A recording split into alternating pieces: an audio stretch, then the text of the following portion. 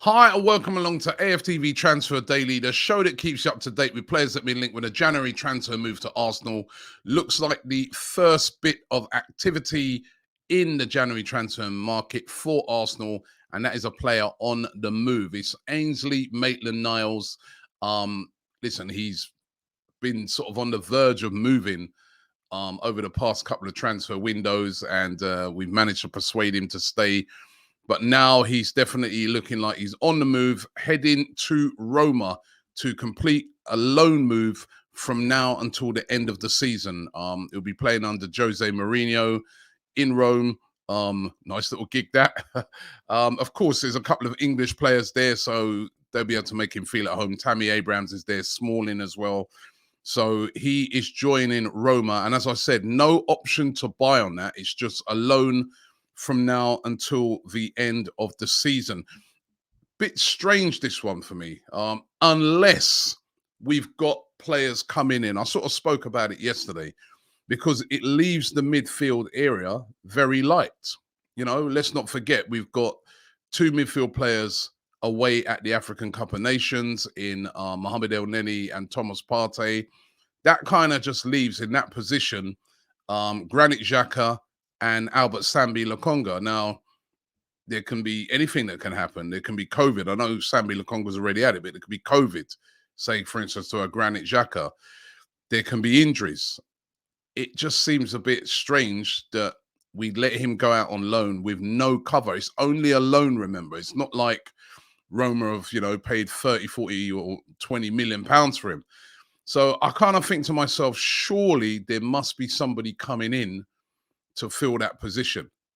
Somebody suggested to me yesterday, maybe it could be Jack Wilshere that comes in that position to cover. I don't know, but I doubt it. Surely Arsenal must be looking at bringing someone in because, El Neni's playing for Egypt in the African Cup of Nations. Egypt are one of the favourites to win it. They could go all the way. We may not see him until February. Same with Thomas Partey.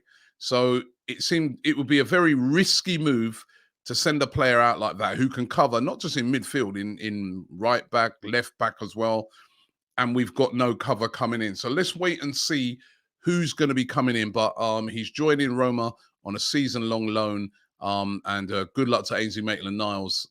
Listen, we can understand it. Guy wants to play football. He's not getting any game time really at Arsenal. So good luck to him. Folarin Balagun. Now, what's going to happen with him this month? Again, a guy that's been exceptional this season in the under-23s. He's been scoring loads of goals. He's been looking really sharp. Has made a couple of appearances for the first team, and it hasn't really hit it off. It's really difficult, isn't it? You're playing in the under-23s, especially as a striker. You come into the first team, you don't get a goal. And people are like, well, he's not quite ready. Don't know, man. You know what I mean? You've only got 2 chances to get a goal in the first team and you haven't scored. That's the margins. Now, he looks like he could definitely do with a loan move. He's conquered it at under-23s. He needs to play football at the highest level and regularly so that he can come back and become an Arsenal regular. Now, he's wanted by a load of championship teams. Middlesbrough are interested in him. Swansea, Millwall, and even St. Etienne over there in France. They would all like to take Balagun. I think this would be a very wise move, You hear some players saying sometimes, you need to go and play men's football. And the reason why they say that is like you're playing at under-23s. You're playing against a lot of young players that you're familiar with. You've played with them many times over the years. You've played against them many times over the years. Now you need to go and challenge yourself maybe in the championship where you're going to come up against a more physical type of player. You're going to come up against very experienced players and you'll learn a lot. And it worked brilliantly for, Emile Smith-Rowe when he went on loan to Huddersfield. That was the making of him. He came back, hardened, savvy. He learned a lot. So I think this would be a good move for Balagun because he has looked a little bit lightweight when he's come up into the first team. Although I don't think he's lightweight. I just think it's a mixture of nerves and stuff like that. And he will gain a lot from going out on loan. So going to be interesting to see where he ends up. But it does look like a loan move will be done for him this January transfer window.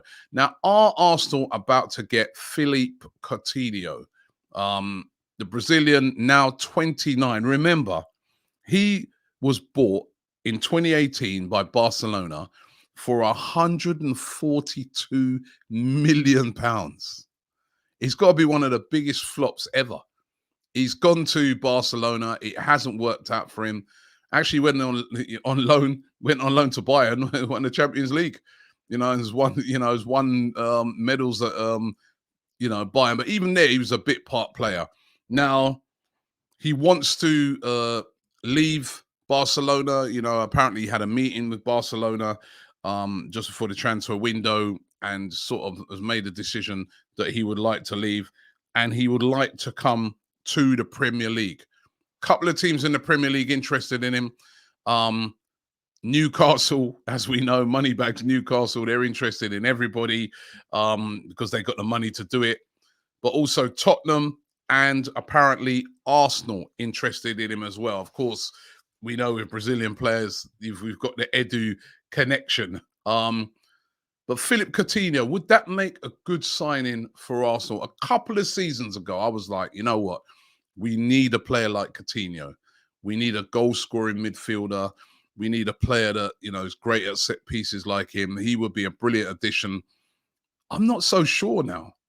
I'm not so sure, Maybe just because he hasn't done it for such a long time. I mean, if you can bring in a player like Coutinho and you rejuvenate him, I mean, Barcelona didn't pay £142 million for him at that time for nothing. I mean, he was killing it at Liverpool.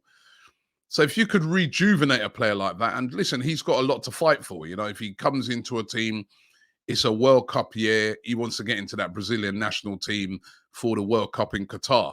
So he might up his performances, the change of scenery, coming to England, playing with other Brazilian players like Martinelli, Gabriel, that could rejuvenate him. But I don't know.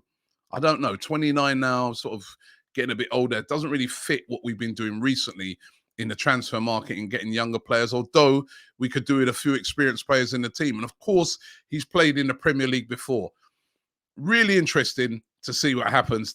Apparently, Barcelona have given Arsenal a deadline of Wednesday. They've said to him, listen, you guys need to let us know by the end of today whether you want Phillipe Coutinho or not, or we'll just sell him to somebody else. So let's see how this one turns out. As I said, Newcastle want him.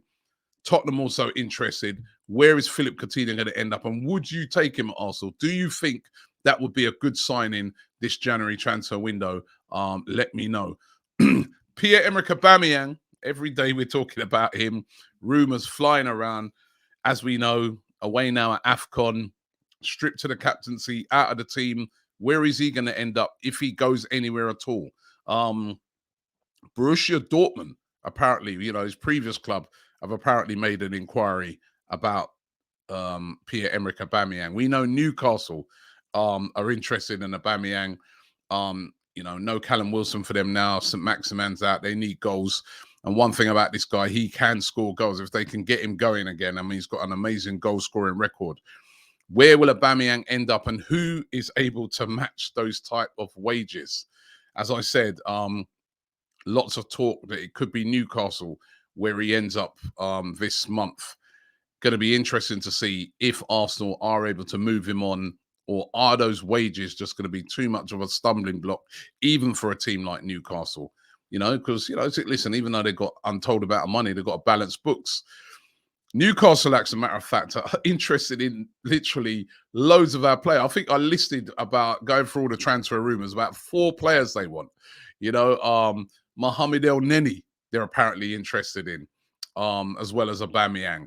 Rob Holding, they want to get, apparently, if you're listening to the rumours. They were in for Holding before, remember, but he didn't end up moving. I can't see that one. Holding seems to be quite an important player for Mikel Arteta, so I can't see that one. Eddie Nketiah, you're said to be interested in him. As I said, Callum Wilson's out. They need a striker. Could he end up there? As I said, the Newcastle thing's so interesting to watch, to see who ends up going there. But loads of players linked. And what about this guy? Dejan Kulusevski. Now, I spoke about him a couple of days ago and said that he is interested in Arsenal a lot. They're very, very interested in signing the winger. 21 years old, Swedish player at Juventus. It hasn't really worked out for him, but he is a very, very talented player, and lots of teams seem to be interested in him. Tottenham, again, interested in him. As a matter of fact, Sevilla made a real strong bid to try and sign Kulusevski, and he turned them down. He said to prefer a move to the Premier League. Interesting to see where he ends up. Will Arsenal make a move for him this January transfer window? If we bring in a player like him, what happens to somebody like a Pepe, for instance? We seem to be quite well stocked on the wing, in the wing positions, and he is a winger essentially. So, or is this kind of an indication of the way that maybe Mikel Arteta is looking to play with, like, I was sort of thinking about this yesterday. Everyone's talking about strikers that Arsenal need.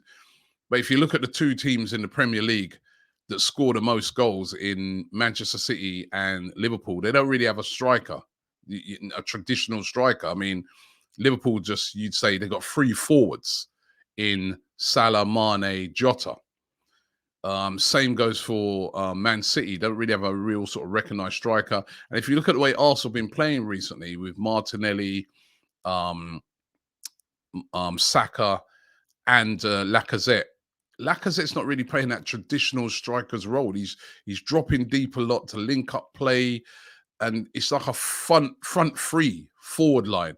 So could this guy be part of the plans for January, or is this more of a summer move? Again, Juventus wanting about £29 million for him, so it wouldn't be cheap. Let's see how that one works out. Let me just run through a couple of your comments. Some great comments yesterday that came through. Just going to do a couple of them. Catching Envy said, adding Torreira to a deal for Vlahovic would make a lot of sense to me. Of course, as I said yesterday on yesterday's show, the rumor is that Arsenal want Torreira, are saying to Fiorentina, you can have Torreira and we'll give you money for Vlahovic. Again, I don't see that happening this January. We know that Lucas Torreira is over at Fiorentina on loan. Stumped Dragon 5 says, if we can get him and Bruno Guimaraes this January, I would say be excited. We need a midfielder if we're going to if we're letting Ainsley go. Bruno Guimaraes would be brilliant. Wouldn't be cheap though. Casey Murphy says, we won't be getting Vlahovic in January, and although I still believe there is no chance he comes to Arsenal regardless of the window, this does show intent of signing a world-class striker, which is so important for this club to get to the next level. Thomas Collingwood says, Isaac for me is the talent we should go for. Plays a bit like Rocky, mad dribbling ability, fast, and has a killer shot on him from outside the box. Rogue Review says, I'd love Vlahovic. He's a beast. He'd be a beast in the Premier League with our creativity. If we can't, then I'd go for Darwin Núñez. He would be a top player. We haven't actually been linked yet with Darwin Núñez. Surprised at that one. Probably incoming. Listen, thanks for watching the show today. Don't forget to like this video, subscribe here to AFTV, check out all of our excellent content, and I'll be back tomorrow with more transfer rumors.